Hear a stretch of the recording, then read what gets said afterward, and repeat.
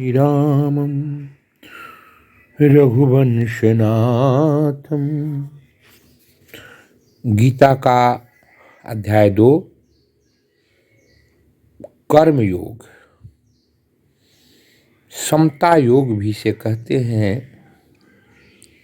कर्मों के प्रति भी आसक्ति का त्याग करके समभाव से मान अपमान सुख दुख हानि लाभ जय विजय से दूर हो करके हमें कर्म करने चाहिए। कर्म हमारे अधिकार का विषय है। उसके कर्म फल पर हमें चिंता नहीं करनी चाहिए।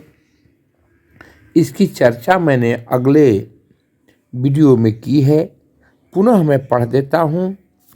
कर्मण्येवाधिकारस्ते माँ फलेषु कदाचन माँ कर्म फल हेतुर्भुमा के संगो अस्त कर्मणि। तुम कर्म फल की आशा मत करो, इस आसक्ति का त्याग करो और अपने कर्मों में निहित हो जाओ। योगस्थः कुरु कर्माणि संगं त्यक्ता धनंजयः सिद्धिर्सिद्ध्यो समो भूत्वा समत्वं योगे उच्यते। जय और पराजय की समस्त आसक्ति भाव का त्याग करो और समभाव को प्राप्त करो, जिसे समता योगी तुम कहलाओगे।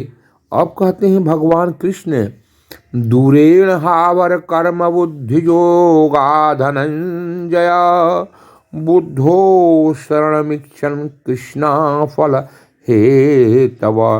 हे धनंजय, भक्ति के द्वारा समस्त गहित कर्मों से दूर रहो और उसी भाव से भगवान की शरण ग्रहण करो। जो व्यक्ति अपने सकाम कर्म फलों को भोगना चाहता है वो कृपण है। अगर तुम काम भाव से स्थित होकर के भक्ति को प्राप्त करते हो, कर्मों को करते हो, कर्म फल तो मिलेंगे, लेकिन तुम बहुत कंजूस हो, तुम कंजूस कहलाओगे। जो व्यक्ति भगवान के दास के रूप में अपने स्वरूप को समझ लेता है वह कृष्ण भावामृत में स्थित रहने के अतिरिक्त सारे कर्मों को छोड़ देता है। जीव के लिए ऐसी भक्ति कर्म का सही मार्ग है। केवल कृपण ही अपने सकाम कर्मों का फल भोगना चाहते हैं, किंतु इससे भव बंधन में और अधिक फंसते जाते हैं। कर्मों में आसक्ति का भाग का त्याग करो और कर्म को तुम भगवान के लिए समर्पित कर दो। आसक्ति रहित हो करके तुम इन कर्मों को करो। 50वें श्लोक में भगवान कहते हैं, बुद्धिर युक्तो जहातिह उभे सुकृत्य दुष्कृते तस्मादोगायुज्यस्व योगः कर्मसि कौशलम।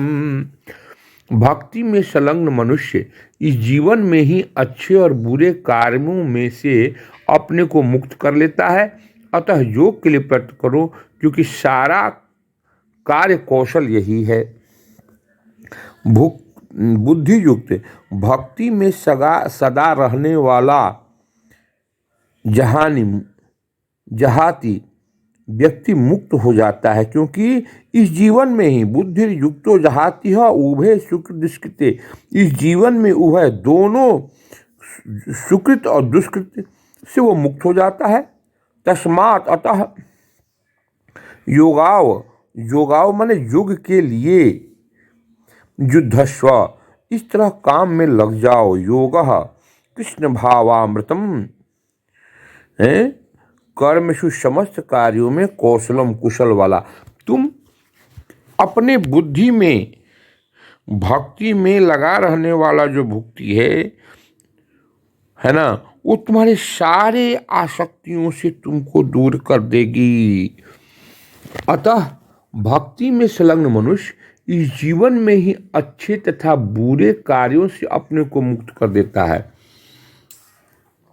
अगर तुम भक्ति में संलग्न हो तो सारे कार्यों से मुक्त हो जाओगे। तो योग के लिए प्रयत्न करो, क्योंकि सारा कार्य कौशल यही है। योग है समत्व का बोध। कर्म करो, लेकिन कर्मा शक्ति जय विजय हानि लाभ जस अपजस इसका त्याग करके समता योगी बन जाओ और उस प्रकार से अपनी बुद्धि को लगा करके इस जीवन में ही तुम अपने अच्छे और बुरे कार्यों से अपने को मुक्त कर दोगे। कर्म भी बंधन कारक है। इस कर्म से हमको मुक्ति चाहिए और इस मुक्ति का एकमात्र साधन है कर्म योग को प्राप्त करो। कर्म योग ऐसे प्राप्त करोगे जब तुम उसमें जो आसक्त बुद्धि है उसका त्याग कर दोगे। ये जरूरी है कि तुम उसमें जो आसक्त बुद्धि है, बुद्धि युक्तो जहाती है उभय दोनों सुकृत दुष्कृत, जो तुम अच्छे काम किए हो और या जो तुम